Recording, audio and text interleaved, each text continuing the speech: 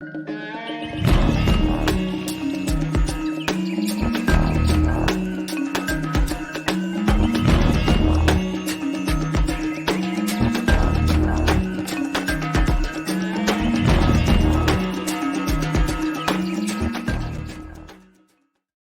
right. Well, what's up, everybody? Welcome to another episode of Rebunked. My name is Scott, coming to you live from Nashville, Tennessee, and I'm very excited for this episode tonight. Let's see. I actually got some announcements before we get to going here. I do have a funny story, but I'm probably God. I don't know. I just told my guest about it behind stage. I'm gonna save it for now because we got some awesome information to get into tonight. What I'll probably do is I'll do a bonus episode about it. Right? I'm always talking about how I'll put out a bonus episode, and then I just never ever do. I don't even remember the last time I did. But I think that'll be a fantastic bonus episode. So speaking of bonus episodes, I got a new little development at the show. We're heading in a new direction, guys. So those of you that are on the email list, you get emails from me about when I'm going to go live. That's pretty much it. Every now and then I'll throw out another little thing, but for the most part, I'm always saying, hey, go to the website, sign up for the email list so that you can stay up to date with the show.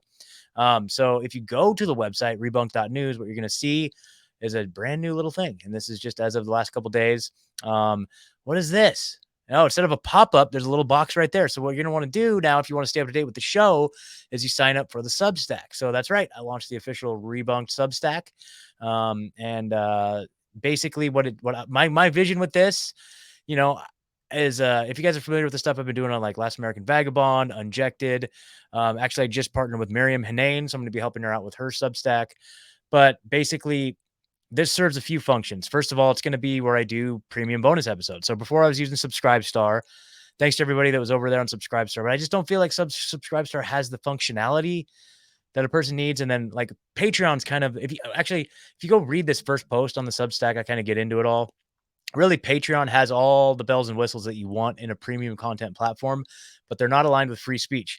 Since I've been using Substack, I've realized that they have all the same integrations and functionality as Patreon, but they're a free speech platform from what I can gather. So, like including having an app, that was the one thing I heard from people was saying that, we want to have an app so that we can listen on the go, and we hate logging into a website to listen to bonus episodes like Substack and some of these other platforms. So you can get the Substack app and just listen to all the shows as they drop, or you can literally just listen from your inbox. So first of all, it's going to serve as a premium content platform.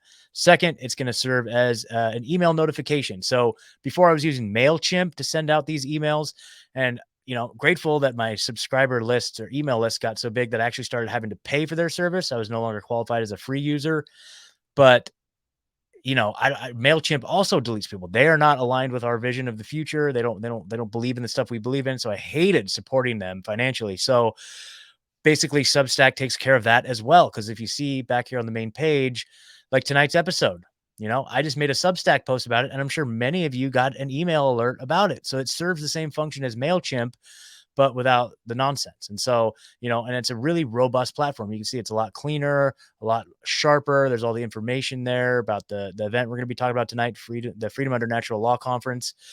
It's just a way better system, guys. So I've officially moved over to Substack for Rebunked, to basically just help drive the show, basically. And the other cool thing about Substack is that you get a lot of like organic people flooded in from other people's pages. So if you're a content creator out there, if you're looking to grow whatever your platform is, I can't recommend Substack enough. It's been a very, very life-changing thing for me with the other groups that I'm affiliated with that I help out with. So that's the big announcement there. So head over to rebunked.news, or also it's rebunked.substack.com. You could just click the link there and it'll take you right to it from my webpage. On rebunked.news, you'll see the affiliate links. You'll see Richard Grove's Autonomy, which I think it is wrapping up season 9. I graduated season 8. Chris, our guest here, is a graduate of Autonomy, so I'm sure we'll be talking about that a little bit tonight. We also have TRS Heavy Metal Detox Spray. That's truthtrs.com. Help absorb and eliminate all the heavy metals that are built up in your system. The Give, Send, Go. There'll be a link in the episode description for that as well. It's just like the tip jar. If you get any value out of it, you can support that way. Or check this out, the t-shirt shop. So this is brought to you by Big Frog T-shirts in Beaverton, Oregon. We got all the designs. This is, of course, the crowd favorite, the Beavis Are You Threatening Me shirt. All right. You got to have one of those, guys. And then, of course, one of the newer shirts. I mean, this says it all. Censorship kills. We were not the information that people needed to make the proper informed choices for themselves was not given to them, and a lot of people suffered deadly consequences. So censorship kills. Wear that loud and proud. Value for value donations, all the social media. I'd recommend Telegram, t.me/rebunked news. That's where you're going to be able to just, I'm pretty much in there chatting with the people all day long. I know I always say that, but that's really the place where I'm at. I kind of just use these other platforms to whatever extent I do to just, put out the thumbnail and say, hey, I got an episode tonight. And then make sure you're subscribed on all podcast players. So there you go, guys. A little bit extra long call to action here tonight. So I do appreciate you guys sticking with me for that. And without further ado, let's bring in Chris Jantzen. How you doing, man? I'm doing great. Thanks for having me, Scott. Appreciate it. Dude, thanks for coming on, dude.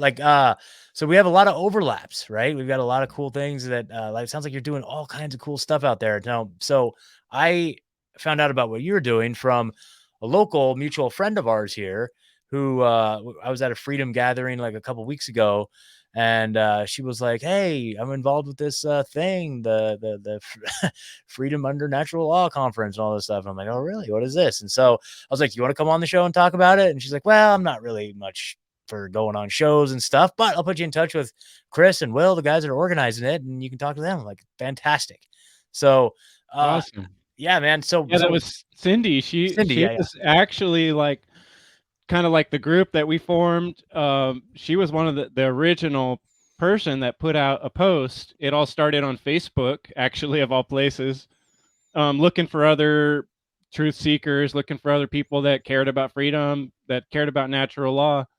And we started this weekly group, and it built over the last 3 years.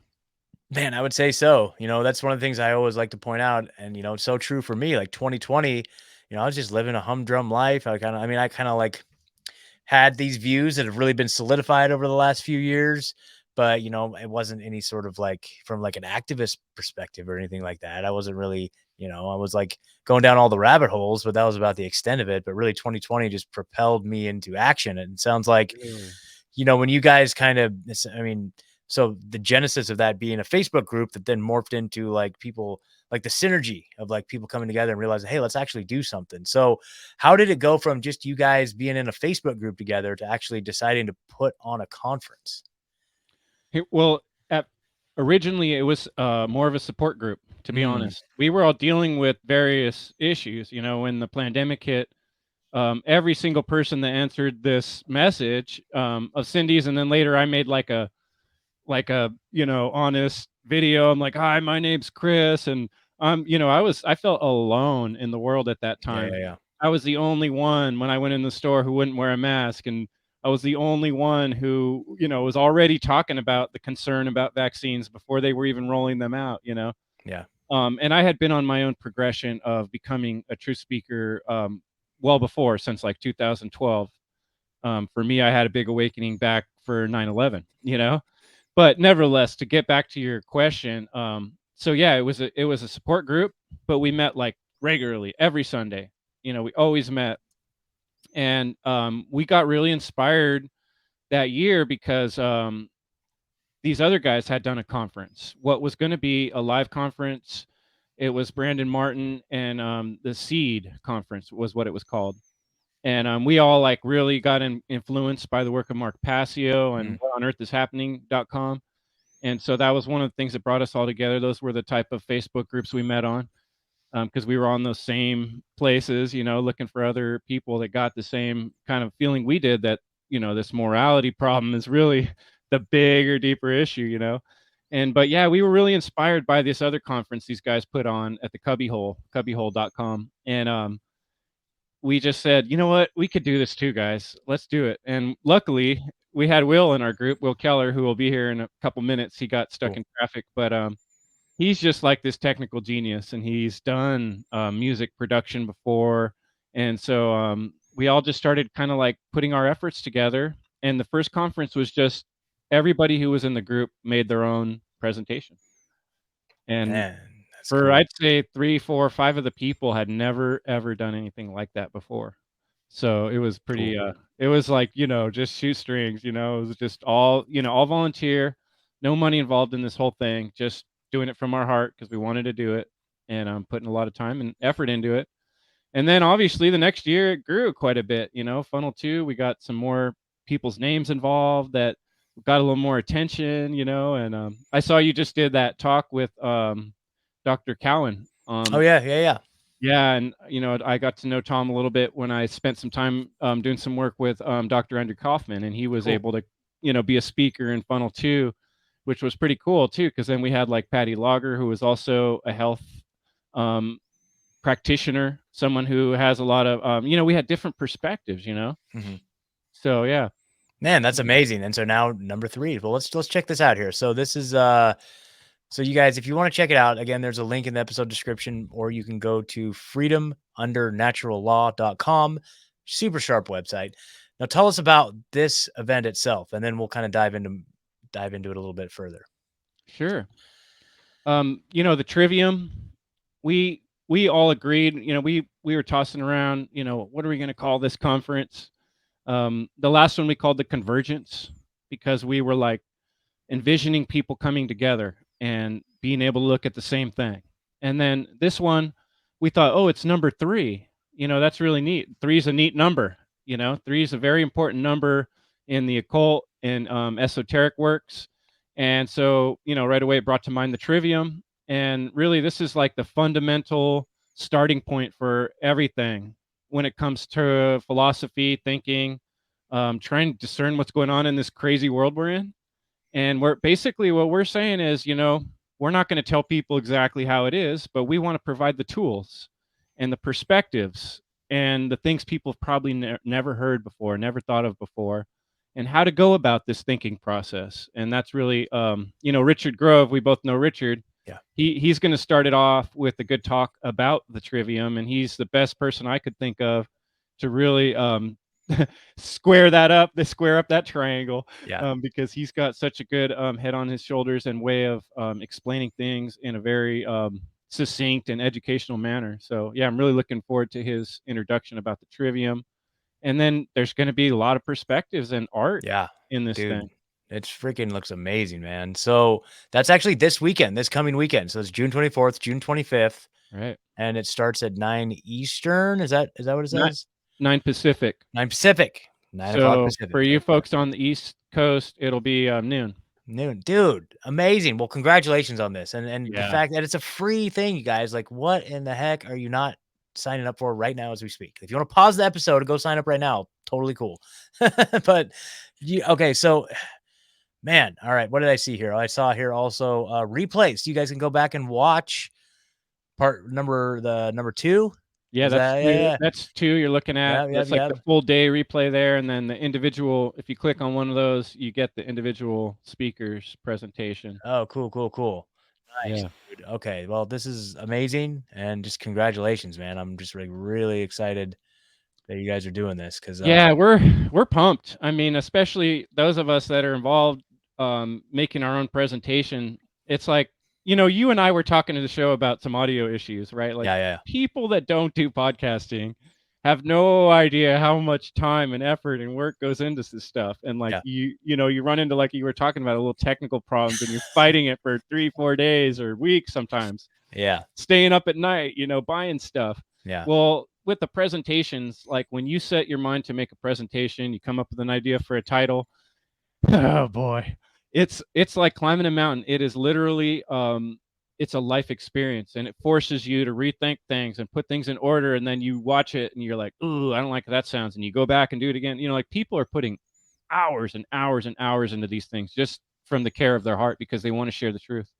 Okay, and I think that's fantastic, Yeah, definitely. So I know, Mark Passio talks about this a lot, but just the idea of natural law. I know Etienne, I'm friends with Etienne too. Awesome. These are really, really important topics, but man, I don't know. There might be some people out there that maybe not have like a really core understanding of it. And I admittedly probably don't. I know certain things like non-aggression and kind of the idea of like, well, maybe I can't even speak too much intelligently on it right now. So why don't you give us like an overview of what the concept of natural law is? Maybe we can dig in deeper from there.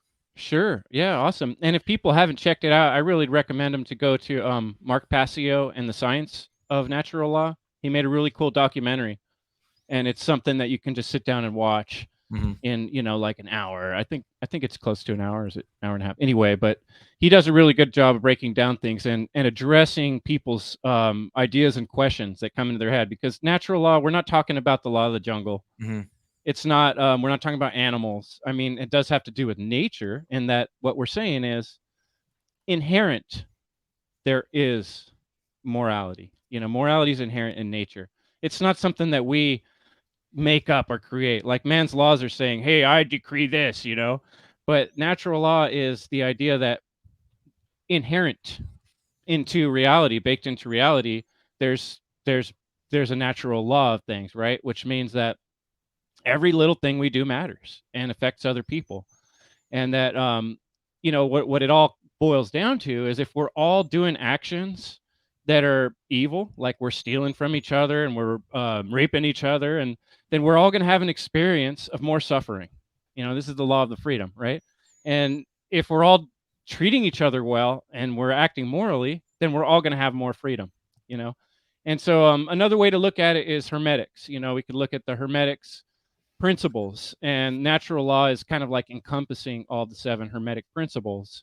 And like, I recommend people check out the Kybalion. A lot of this esoteric knowledge has been hidden in what's called mystery schools and occult um, you know occult writings, and people like push it to the side like this is old weird stuff about witchcraft or something, but it's not. It's about, that's why I use the tree of life, the interconnectedness of all things.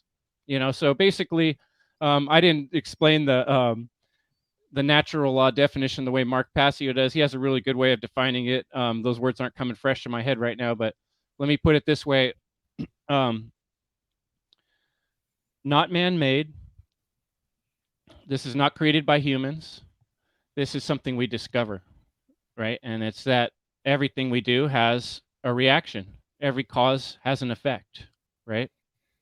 Yeah. And so it's in total opposition to the way we're living, because the way we're living is believing. If you ask most people, 9 or 10 out of 10 people will say, if you ask them where do rights come from, they think it comes from a piece of paper or from a government. And natural law is that every human has a right to defend themselves. Every human has a right to their own skin and their own choices and their own body. And that right is inherent. It's not something that we dream up or create or write down. I mean, sure, you Totally. can write it down, but that doesn't make it more or less true. It's just what reality is. Yeah, Does that make absolutely. sense? Yeah, no, that, I mean, definitely makes sense, man. And it's definitely, the more we can inch our way towards that and away from all of this man-made constructive law and all that stuff, like the better we're gonna be. So, all right, well, Will, after battling through traffic and everything, we got you here, buddy. How you doing, man? Yeah. Hey, what's up? Nice to meet you, Scott. It's a Nice to meet you as pleasure. well. Yeah, nice to meet you as well, My man. brother So, Chris. yeah, you What's got going on, Will? Thanks for coming. Crazy Nice drive. shirt. Oh yeah. nice. You guys are representing. So, Will, we've kind of did a little bit of introduction about the event itself. We kind of talked about a little bit of the formation of the event. We were just kind of just having an open discussion about like what is natural law, just kind of a broad brush overview conversation about it. But Yeah. before we get too far into it, maybe just tell the folks a little bit about yourself and like how you came to be involved in the project. Excellent. Yeah. No, my name's Will Keller. I'm from Northern California, the Bay Area, born and raised. I'm a content creator and educator on objective morality, the laws of nature. I do a lot of conscious parenting as well, and incorporating objective morality and the principles of parenting under natural law. So yeah, no, it's great to I've known Chris for, I don't know, what is it, Chris, 3.5 years maybe Yeah. longer, and it's really nice to have a support group. Most of us are in our local area, and then to generate action and create some real world change in the world, via a conference. So Yeah. looking forward to it. Yeah, man, that's so awesome. I'm just telling Chris about like how inspiring it is that you guys have came together out of all the madness. And so it sounds like in the Bay Area, man. I came from Eugene, Oregon, right? So I lived in Oregon my whole life. I lived in Eugene, Oregon, my last like 10 years. And so I was there for like all of the nonsense, right? And I moved out here to Nashville, Tennessee last year, like last May. So I've just been out here just a little over a year. So I did escape. But it's so amazing what happens when like we're in a place like that, like in the Bay Area. I can imagine, right? I know lots of people from there. I have some friends that still live there, and it's just insanity. But it's so amazing. It's kind of like the yin and the yang of it. Out of that insanity, it forces all of us to come find each other, right? We come out of the woodworks and we create groups and we get together, we meet up in real life. And now you're doing conferences. Has that has that been your experience like throughout all this? But maybe both of you guys, like tell me about like your experience of finding each other through all the madness. And Chris told us a little bit about like the Facebook group and stuff, but what was that like for you guys personally? Yeah, the silver lining of the whole scandemic, right? It forced people to act in some form or fashion, or not act. Really, I think everyone acted. It just depends if it was moral or immoral. In my case, it was reaching out, in a Facebook group and trying to connect with like-minded individuals, and that's how Chris and I linked up, and we got together, and then created a group and had more people kind of link in as well. So it's fantastic. The area of, the Bay Area in general, it's when you're in the cities, it's extremely liberal, not in the liberating sense. So it's pretty brutal. But I will say California in general, the majority of the state itself is country, wide open area. And you get the opposite polarity when you're out there, maybe in an area like where Chris is, right? Where there more people might understand the general concepts of freedom. But the large condensed cities, San Francisco, Oakland, Sacramento, in California are definitely brutal. And, Chris and I and the other members of the group, we just dove straight in, went straight out to San Francisco and got out on the streets. So the process of sharpening the sword, you can say, of our rhetoric and our grammar. We did that, together in a sense, in the actual real world, on the streets, interacting with people. It was a great experience, a great process of growth. I'll never forget, Will, that day when we met up. I guess it is the second time I'd seen you in person, but I had this End Evil poster like on a pole, and we were walking on this along the San Francisco beach there, to go meet up with all the other guys. And it was just like, it felt to me like meeting your long lost friends from another lifetime or something, and there were people that were coming by and flipping us off and calling us Trumpers just because we weren't wearing masks. All of a sudden we were Trumpers. We're talking about natural law. It's the immutable conditions of human behavior. We're not talking about that, and we were trying to communicate with people, and some people did talk to us, and we actually made some friends that we connected with on different times.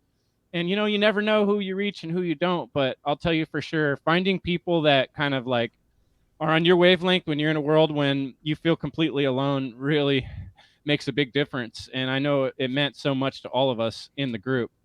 Yeah, that's so awesome, man. That's so find awesome. One another.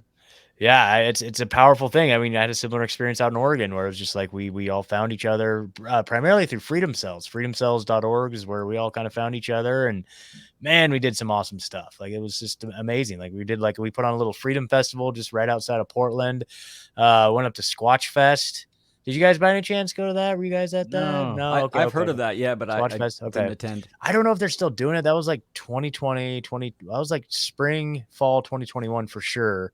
But that went up there and they inspired us to do and we threw one together in like, a month or so, right outside of Portland, like right in the summer of 2021, dude. It was crazy. But all of that was just born out of just like us creating a Freedom Cells group and all of us just finding each other, So it's just powerful what happens. And so, I don't think that they count on that, when they roll out these agendas and these big things to try to capture as much of our freedom as they can and to just assail, well, all of our rights and all that stuff. They don't count on the fact that it's just going to actually just activate a whole bunch of people and put a bunch of people on the playing field that weren't on the playing field before and actually doing things like what you guys are doing. So it's just like, it's I don't think they take that into consideration. And so I guess one of the part of that is like, if they aren't taking that into consideration, like maybe we have the upper hand in a lot of ways. And I have a lot of hope for the future. I have a lot of hope for this stuff, but what do you guys think? Like, as far as the last couple of years, like have what you've seen, obviously for the top down stuff, it can be pretty demoralizing, but just in general, like the response, your interactions with other people, especially being in the setting that you're at, has it kind of emboldened your hope or kind of diminished your hope for some sort of like mass adoption of like some sort of society built around natural law? So are you feeling more invigorated about it, or are you feeling like, oh, I don't know about this? Well, I'll tell you what, Scott, that can be a roller coaster. And Yeah. and I've often thought of like the awakening experience is much like when someone dies. You have to go through like stages of grief. Like you're depressed for a while, and then you're really excited, and then you realize no one's listening to you, and then you're just sad. Like it takes a while to work through all these phases. And when I first started speaking out publicly years ago, it was like I was on that roller coaster. But now I kind of take more of a long view of it. Like I know someday, somehow, the world, humanity is going to work its way out. Things are going to work themselves out long term. In the meantime, there's going to be a lot of suffering, however we look at it, because people are continuing with immoral actions. And that's really like one of the main keys of looking at this natural law thing. There's no political solution. Like people always want to be like, oh, we get this guy in charge and we get rid of those people and everything's going to work out. And it's like, no, it's not until we stop stealing from one another, not until we stop raping one another, not until we stop taxing one another, not until we stop imprisoning one another. When we stop doing those things, there's room for things to get better. But in the meantime, it's going to be a rocky road. That's why we're doing this, not because we're like trying to bitter pill everybody and black pill you and like, hey, everything's going to go to shit. It's like, no, things are going to shit. Yeah. But do you want to be part of the shittiness of it, or do you want to be like kind of rising to the top of it and surfing out of it and pulling people out while you're at it, And Absolutely. so from my point of view, it's going to be a downhill ride from here, not downhill, uphill if you're looking at it from the positive, hopeful point of view. A lot of bad stuff's got to happen because of what led up to now. This is a world of results. We're seeing what has built up all these years, all the mistakes, all the things people have done. It's all pouring out now. You can't all of a sudden be like, no, let's make everything peaceful. And, we got to deal with this stuff. It's accumulation. So I don't know. Will, what do you think? Yeah, no, well said. I say in many interviews, I do not think there is a great awakening.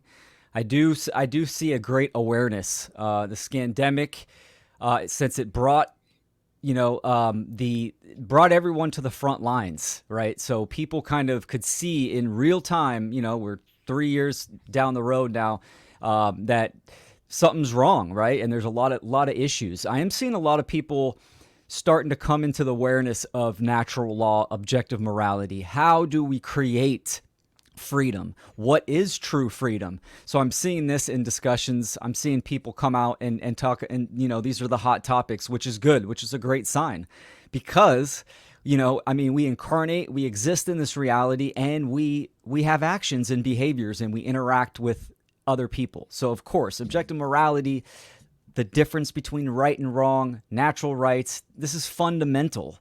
So this has to be the foundation upon which we build. And I do see an uptick of people talking about this. Again, we need to increase. We need people to kind of step into their own empowerment and ask themselves in the mirror, what can I do, and how can I do it? Right? I think there's a lot of dialectics going on right now. You could see RFK on the scene. So you see a lot of freedom-minded people starting to say, oh, no, he's the one now. He's the one that will put in office and will change everything. So we need to break down these belief systems that, people cling onto like security blankets. And that's done through the internal work, right? So, the individual comprises the aggregate, the collective, and it's all about what are you going to do? What are we going to do? And so I'm hopeful. I'm a realist. And I think my motto is through inspiration. You can't force someone to change, to do the work, but you can inspire them to activate within themselves. And I think this is kind of our motto when it comes to, the FUNL Conference.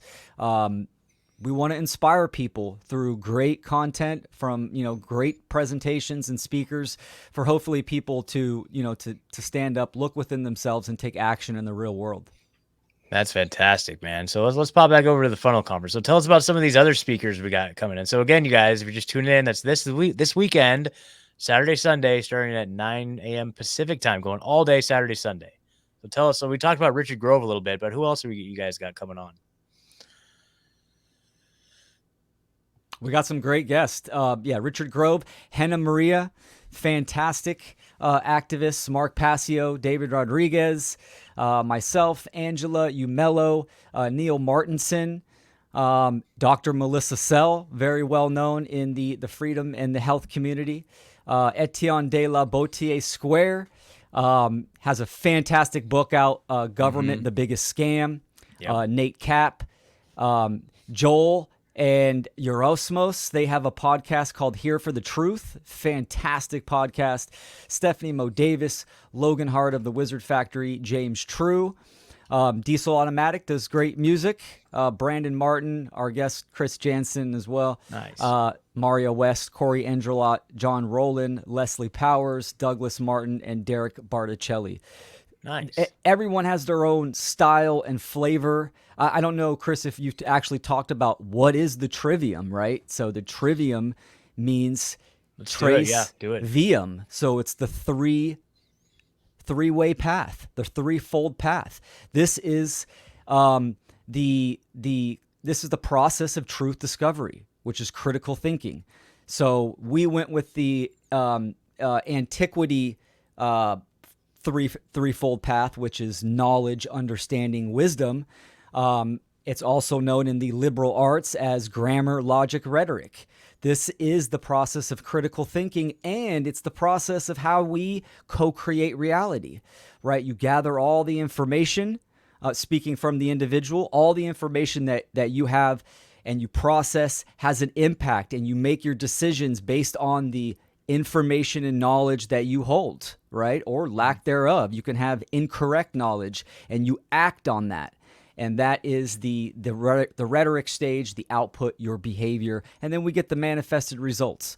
So in a way, the FUNL Conference is our trivium process of truth discovery. We came together, did the grammar. We have all these great content creators. We processed it into a form of an online presentation, and the rhetoric will be it live on the airways, and this will repeat the process for viewers to take in grammar, process themselves, and hopefully activate and create some form or fashion in their own right.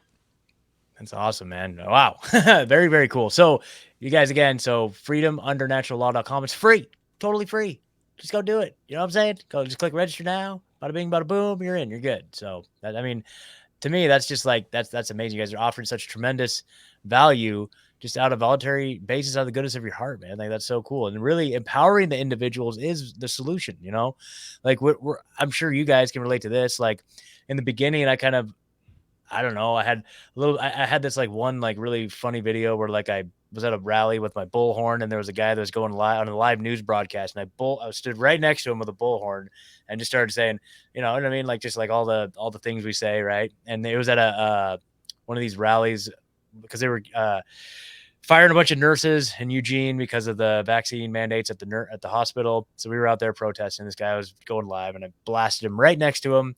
And they aired it. Like, it's still on the website right now. And all you could hear is me on the bullhorn saying, like, this is all scamdemic. If you're listening to this right now, you're being, you know what I mean? And so it's like, I got this, like, then I got emboldened with the bullhorn. I'm like, yeah, I'm going to be like the next Alex Jones, right? The bullhorn and all this stuff. And then, like, I'm at a point now where I'm just like, dude, like, I don't even want to like go yell at government buildings anymore, dude. Like, it's like, that's not even where we're at. I mean, there's probably some room for that. And like, you know, but at the same time, it's like, how do we empower us as individuals and build community and come together and realize the value that we have and break free that way? Like we can't yell at a stupid building to get them to change. They love that stuff. Actually, they stand there, they laugh at us. They think it's hilarious. Like, and it feeds the whole dialectic, you know, it feeds the rage and feeds the divide. You know what I mean? And it's like, here we are.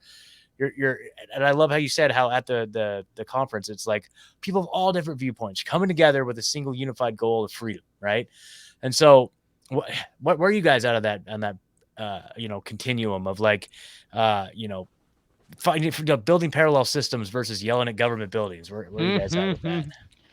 Well, you know, as far as protesting goes, like from my point of view, completely useless. Yeah. Because what you're essentially doing is going to your slave master and asking them to treat you slightly better, you know, where really what we need to do is say, we don't want to be slaves anymore. Not only that, another step, we're not going to be slaves anymore. You know, we need to draw the line within ourselves and within our communities everywhere, that we understand what self-ownership means. And until we do that, we're going to keep getting these crappy results, you know, of all kinds of people doing all kinds of terrible things, because we're giving people power that no one should ever have. It's like the ring of power in the movie, you know, like with Sauron and Lord of the Rings, right? Like nobody can handle that power. Not even, you know, the most humble, peaceful hobbits having a hard time with that power. And that's the power of authority. And, you know, that's what's destroying us, is people believing, like a religion, that there's other people out there that are somehow more important, or they get extra rights and they get to tell us what to do. And so as soon as we deal with this philosophy problem deep down on a very deep level, and we understand the self-defense principle, in other words, this is my skin, I was born with it. You know, it wasn't no other human that gave it to me or put me in it. The universe, you know, God, whatever you want to call it, however you want to think about it, that's the real thing that happened when I came into this reality. And I didn't ask anybody to build roads, and I didn't ask anyone to build a country and all this other stuff. So I don't owe people things, you know. And anyone comes along and says I do, and I have to give them, you know, at the point of a gun, or they're going to put me in jail, they're breaking the law, the natural law. And the natural law is that there's an inherent, built-in, non-man-made, immutable law, and it's based on human behavior, and that there's consequences to the things we do. So instead we stop looking at the world in terms of effects of like, oh, look what's happening, look who's doing what. We need to start looking at it from the point of view of, what are we causing? Why did those things happen? What do we start doing now to avoid those things happening for our future generations? And thinking a little bit more about the big picture and what matters for the whole of humanity and our future generations and principles themselves, instead of our personal little, what's going to make my day better and the end of today. And that's why those of us that are doing this stuff know that we have to put in the time and the energy, even at some sacrifice. Otherwise, this stuff's not going to get out there, and people aren't going to live about it and think about it if someone's not brave enough to say it, even though it hurts to say sometimes, you know? Yeah, definitely, definitely. Will, do you have any thoughts on that, about just the Yeah. whole idea of building parallel systems versus Absolutely. protesting? Yeah, no, well said, Chris. Yeah, I'm Yeah, all that's for great. it. I call it detachment activism, right? Taking action in the world by detaching from these false systems that are, you know, enslaving humanity. I think if we individually have a voice, right, and we're speaking truth, and freedom, we can amplify that voice when we unite. So, you know, unity's in community. I love when, you know, these, like the Exit and Build Summit. So when we see these communities start to get together, and, you know, we need to understand, and, you know, there's a lot of infighting as well. You know, people are on different polarities of even these freedom and truth dialectics, right? But there's that common ground of freedom, and that our condition is one of slavery, and we are being violated. So that's the common ground. I love seeing unity, and, you know, doing what you can in your own individual life. If that's, you know, withdrawing from the banking system, you know, supporting local farmers. I'm all about that kind of stuff. People need to get into the habit of freedom and morality. Right? It's one thing to kind of talk about it and, you know, do videos, have a podcast or whatever. It's different when you live it. Right? So yeah, I'm all for it, man. That's great. That's way Scott, cool. you're a really good example of that. Someone that, you know, you just described your experience, like you saw what was going on. You're like, no, I'm not okay with this. Yeah. And it propelled you, you know, to speak out. And I'm curious, you know, how has that affected your being, who you are, how you feel about yourself? Oh my gosh. You know, it's another thing I talk about a lot, man. Like I just, it's even something I talk about a lot on the show, you know, like I feel like I saw a lot of people around me, like, falling victim to the program and the propaganda. You know, I knew people. I was working as a drug and alcohol counselor out there at a, you know, agency, just surrounded by, you know, people that didn't see the world the same way as me. And, you know, I was really the only one that wasn't, like, wanting to wear a mask or, like, taking the shot, like, wasn't going to take a shot. You know what I mean? And there was a few people, though, in the organization that, you know, we would talk behind the scenes, you know, be like, oh my God, this is crazy. You know, we were all on the same level, but they eventually caved in and took the shot. You know what I mean? And so, like, I always, like, go back to that and reflect on, like, God, how miserable that would be. How miserable that would be to, like, go against what you know deep down in your core is wrong, and then to go against your true beliefs, values, principles, all that stuff, because I just refused to do it, and I had a lot of consequences in the beginning. I ended up losing that job over it, and things were kind of scary for a while. But eventually, just being persistent with that and just being sticking true to my principles and all that stuff, man, I just felt like today I look back and it's like, had that not fallen away, I probably wouldn't be where I'm at today, and so I just like that has emboldened me to realize that, is the most important thing is sticking to the principles that I formed around, the way I see the world. And you know what I mean? It's like I've gained confidence in my ability to kind of discern and to recognize when something's not right and when to take action, maybe when to not take action, right? Sometimes, but also like, to trust that instinct. And for me, it's just been like absolutely life changing. I'm in a sick, weird way. It's like I wouldn't go back to the way it was before. Again, it's the yin and the yang of it all. It's like we had to walk through this fire to be delivered to where we're at today. And, the great awareness, I love that. That's a great way to put it, because this brought so many people to this place where they are looking at new ideas, new concepts, things like natural law. And once you I'm very novice when it comes to the concept of natural law. Maybe you guys could give me some resources where to go. I know Mark Passio a lot, but I don't know. I got my couple podcasts I listen to, and that's during the day, but it's like, you know what I mean? But, once we come to terms with some of these concepts and ideas that, weren't even available to us before in our little thought bubbles, it's just so empowering, man. And it's like, I've read a little bit about natural law. I've, one of the things that really was my first real introduction to it, I mean, that kind of made me look at it in a real practical way, was actually talking to Etienne and his whole project with the thin red line, right? The thick red line. Is it thick red line? Yeah. The thick red line project, where he's basically was going around and meeting with different sheriff's departments and trying to get them to not enforce any victimless crimes. Basically, it was like only crimes that violate natural law. Like, will you sign on to and he said he didn't really, I think he said he had like one department that he was able to like kind of make some progress with, but it's really hard to get law enforcement agencies to not enforce victimless crimes. You know what I mean? And so anyway, long answer to really, man, I just, I can't even imagine, I mean, the torture that would be if I hadn't stuck to my principles, and just like the awakening that's occurred within me is just beyond measure, Yeah, absolutely, man. There's a force of liberation. You could feel it in your being. It amplifies your whole energy field, the morphogenic field, right? So I've experienced obstacles moving within my life, and doorways opening up, manifesting stuff in my own personal life, and this is when you align yourself with nature.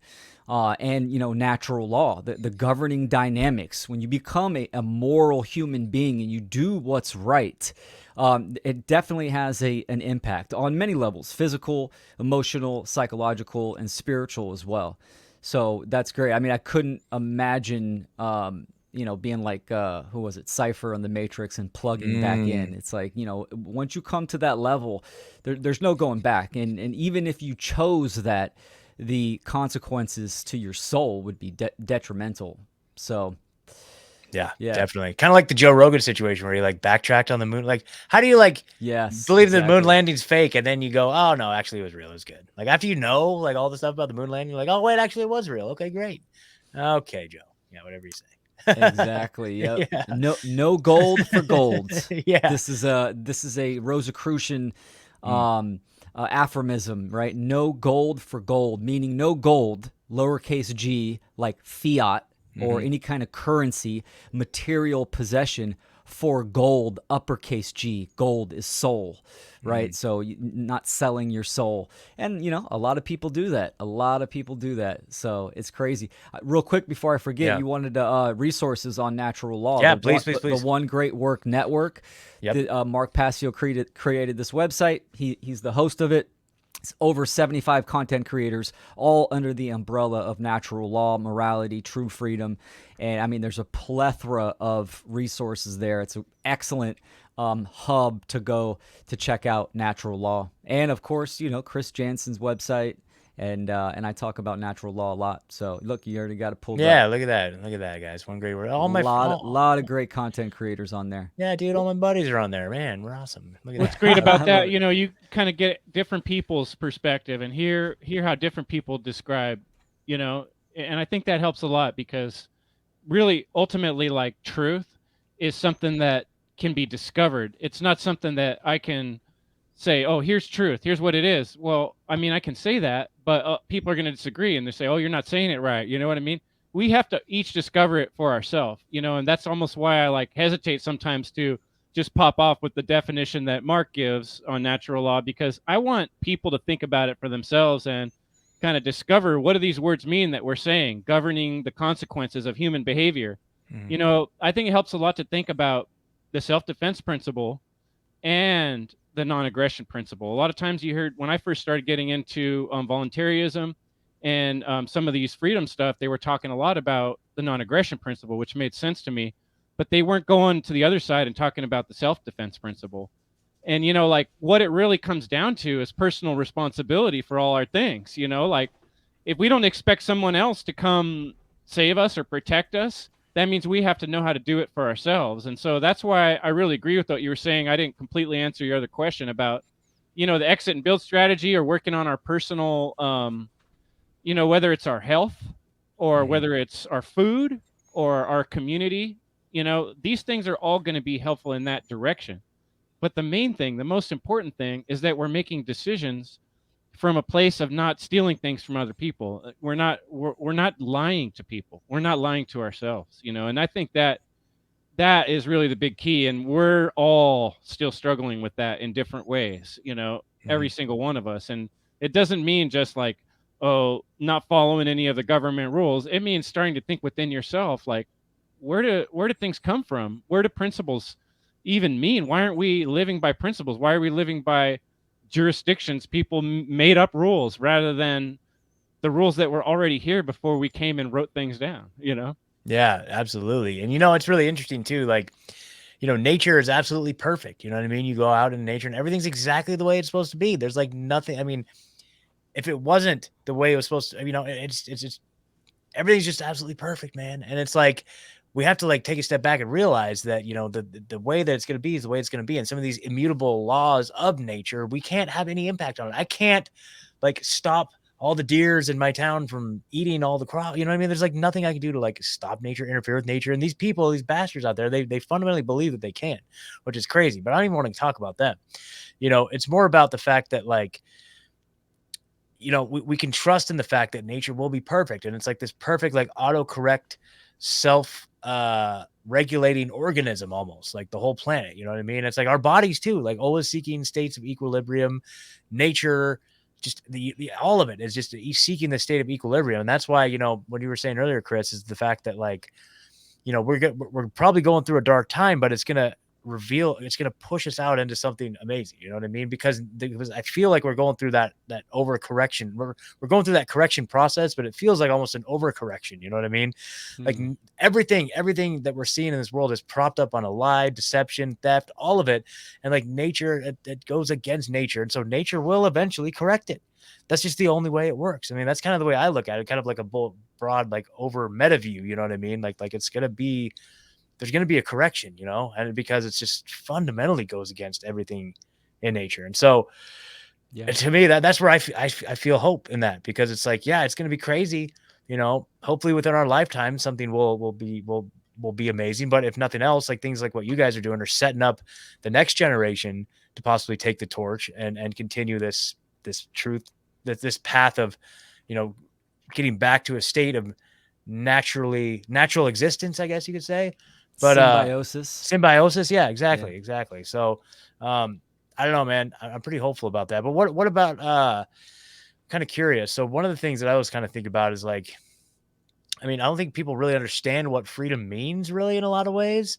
Like, people think that freedom is like being able to like go to the grocery store and get food, or like be able to like watch Netflix on a Friday night and stuff like that. Like I need to have the freedom to do all this, but it's really about like indulgences, right? People equivocate freedom with indulgences. Like my ability to indulge and be comfort is associated with freedom. Like my ability to be indulgent, comfortable, and safe is freedom. And the more of that I can get, the more free I am. But in fact, freedom is really taking your life in your own hands, which means you have to work hard.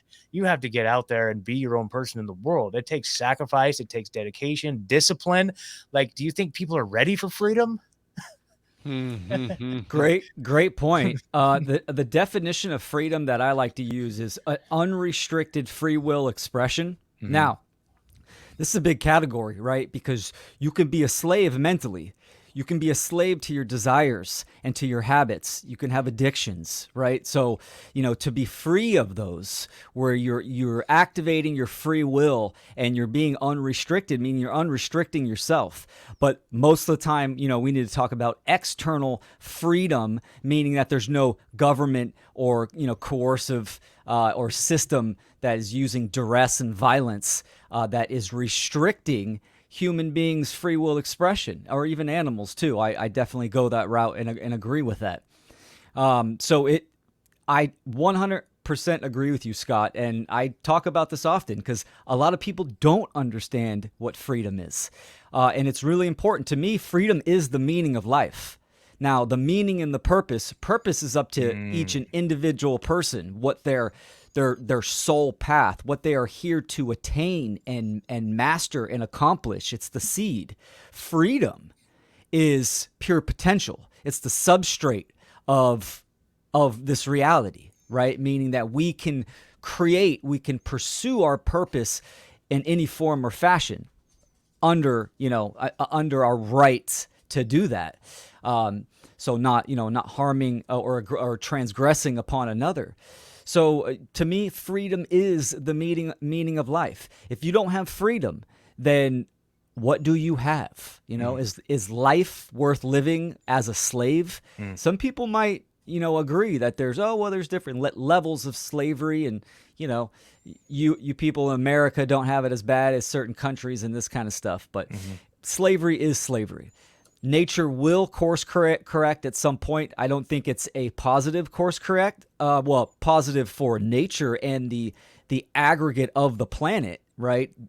In some form of a global catastrophe to offset the oppositional energy that human beings are creating. Absolutely, I can see that. It's almost like an immune system response.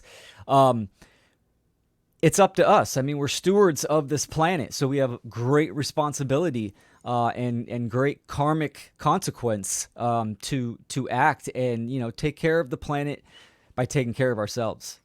Amen to that. Chris, do you have any thoughts on that? Are people ready for freedom? Well, I like to use this, simple answer, no. None of us have experienced freedom. That's the way I like to explain it. I think of it as the fish tank. I like to use my Finding Nemo allegory. I don't know if you guys ever seen Finding Nemo, but this fish gets taken from the sea and put into a dentist office, right? With these other fish in the fish tank. But all those fish, they've never been in the ocean, except for one of them. But, most of them were born in captivity. And so he's telling them about the ocean, and they're like, yeah, it might as well be a story he's telling to these other fish because they've always been in captivity. And that's us. We were born in domestication, in captivity. And it's for most of us over here in this country, it's like debt slavery. It's not as bad as it could be, but we've never really experienced it. So it's hard to talk about. And that's part of why this discussion's so hard, because we're talking about something we haven't ever really completely experienced. We experience it in little moments and feelings, but when in your life have you not had this thing hanging over your head of you owe somebody your time, money, or energy just for being here?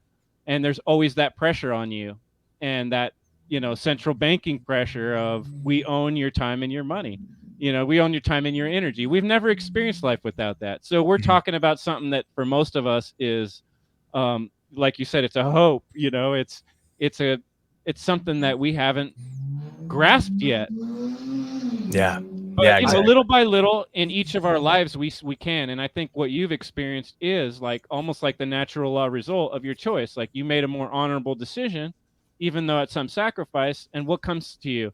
These feelings of joy and purpose. And you know, I've had that same experience. You know, like the more I've put my time and energy into things that I care about, the more I've had a good experience. You know, it's like doesn't mean there's not challenges and frustrations, but yeah, I mean, I can't I try to say it's like I don't pretend to know things that I can't, you know? Yeah. I try to stick with the principles. I try to stick with the things that I know for sure and try not to make too many projections about because the truth is it's not I don't believe in fate. I don't believe that it's all figured out and that it's all going to come to you can't tell the future because people haven't made those decisions yet. Why would we have decisions and choices if they didn't mean anything?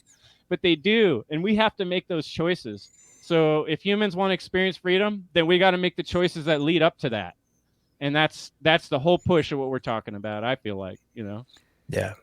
Yeah, that's awesome. So right on, man. Well, thank you guys. That's freaking awesome. So we're kind of winding down here, but I do have a super chat from Chris Youngblood. Shout out to Chris. He says, "Hey Scott, could you ask them to speak about their experience with how to become the true media?" Great show. So you guys want to give us a little Excellent. breakdown about what your experience was like with that course and maybe what the course is for the people that don't know? Yeah, great comment, and that was on my list to bring up too. So, how to become the true media. This was created and is hosted by Mark Passio from whatonearthishappening.com. I've taken the How to Become the True Media 3 years. This will be my 4th. There's no better course than to really get on the battlefield. First of all, Mark Passio is a phenomenal teacher in general, right? But you're going to learn the principles of technology, computing, and publishing, how to take a message and create content and deliver that message to the public at high efficiency, high effectiveness, and he's going to teach you all these skill sets. The principles, the tenets in the class are also life skills. I found huge value in these tenets, applying them to my workflow, to my daily life, etc. Huge investment. I've been to college for 2 years. This destroys any kind of mainstream academic course. The actual class is 3 hours. The session, you get an hour pre-class of asking questions to Mark. You get an hour after the 3 hours. So the 5th hour is more questions for Mark, and then Mark opens it up for the members of the course to network and communicate, which is highly beneficial, especially if you want to be a content creator. And hey, let's face it, if you're not used to being on camera, there's nerves. You have to kind of ease into that. You have to build up to that. This is a perfect space for that. Like-minded individuals. This is a community space as well, right? Like we all want to do the one great work of ending human slavery. And this is the know-how. Mark does a fantastic job. Each year is getting better and better. And I mean, the amount of information and skill sets is just, it's unfathomable that he dishes out. I learn more and more stuff every year. And to be honest, my presentations, the FUNL conference is due to understanding and acquiring the skill sets that Mark has taught in that class. Cool, man. That's awesome. Yep. That's awesome. Chris, you took the class too, right? Absolutely, yeah. And for me, it was a big deal. I'd been following Mark's work for a long time. Then, you see he gets pretty heated, some of his podcasts. Yeah. I kind of wanted to get to know him a little too. And for that was pretty cool to see what a patient, kind guy he really can be. And like when he was doing the class, just super professional, going step by step through things in a way that really was hard for me, but he really taught me, like, I keep my desktop clear, like I have my files organized, and I used to have so much trouble finding things, solving problems. So, like he just kind of gave me like a different way of dealing with problems on the computer, and a whole nother mindset towards how I take on problems and solve problems. But if you go back and look at my early podcasts or my first FUNL conference presentation and the one I'm doing this year, you will see a world of difference. And it's hugely thanks to what I learned in that course as well. Fantastic, guys. Well, thank you, man. That's awesome. That's awesome. Okay. Well, is there any final thoughts? Well, I'll give you guys a chance to plug everything at the end, but do you guys have any final thoughts to leave everybody with here? I will say something actually, kind of what we were just talking about. You know, if we're going to end human slavery, if we're going to influence the masses to activate within themselves and, you know, strive and activate for higher consciousness, we do this through technology. Technology is a tool. And guess what? It's available right now. This is the opportunity to act and get a message out. Why we can, right? So this is how, this is what it means to be literate nowadays, right? We need to understand the tech side of it. And again, enrollment ends July 4th at 11:59 Eastern time for howtobecomethitruemedia.com. You can go there and get enrollment. So yeah, I'll just end on that. It's vital that we understand technology. There you go. Awesome. Any final words, Chris? Oh, just thanks so much, Scott, for taking this time and having us tonight. I really appreciate it. It's good to chat with you. And you know, as we well. met in Autonomy, and we should plug Autonomy. You know, I recommend people definitely check out Autonomy and Richard Grow. I know you always share the links, but yeah, if you want to check out my website, it's endevil.life. But I'm really sending people right now freedom under law, freedomundernaturalllaw.com, because that's really kind of like the whole push of what we're doing this weekend. It's going to be a long weekend, you know, all day long for us, 9 a.m. to 9 p.m. So, 12 hours, 12 hours Saturday, 12 hours Sunday. That's awesome. It's gonna be fantastic. I'm really proud of what we accomplished. I'm proud of my group. I'm proud to all the supporters and the presenters. Fantastic names that we got on the lineup and contributing to this great event. So I'm extremely grateful, and you know, thank you, Scott, for having us on to talk about it. Yeah, absolutely, guys. So just one more call to action. Everybody, please, please, please go to freedomundernaturalllaw.com. That's funnel. It took me a second when you were in the beginning. I was like, funnel. Is it like a click funnel? Is this like a marketing thing? And then I was like, oh, it's the acronym funnel. Freedom under natural law. Okay, funnel 3. Funnel 3, guys. This weekend, this Saturday, this Sunday, all day. You know, we got Richard Grove, Mark Passio, David Rodriguez. Man, it's just going to be an all-star lineup. Etienne in the house. So please, please, please go check it out, man. Go check out the replays of the last couple ones too, or at least number 2 on there. So absolutely amazing, guys. Thank you so much. Very inspiring. Please keep up the amazing work, and let's stay in touch. I'm sure we have a lot of co-creation to do in the future here. Sounds like a plan. All right, guys. Glad you're doing what you're doing. Yep, no problem, guys. All right, everybody. Thank you so much for tuning in. We'll catch you next time. Peace.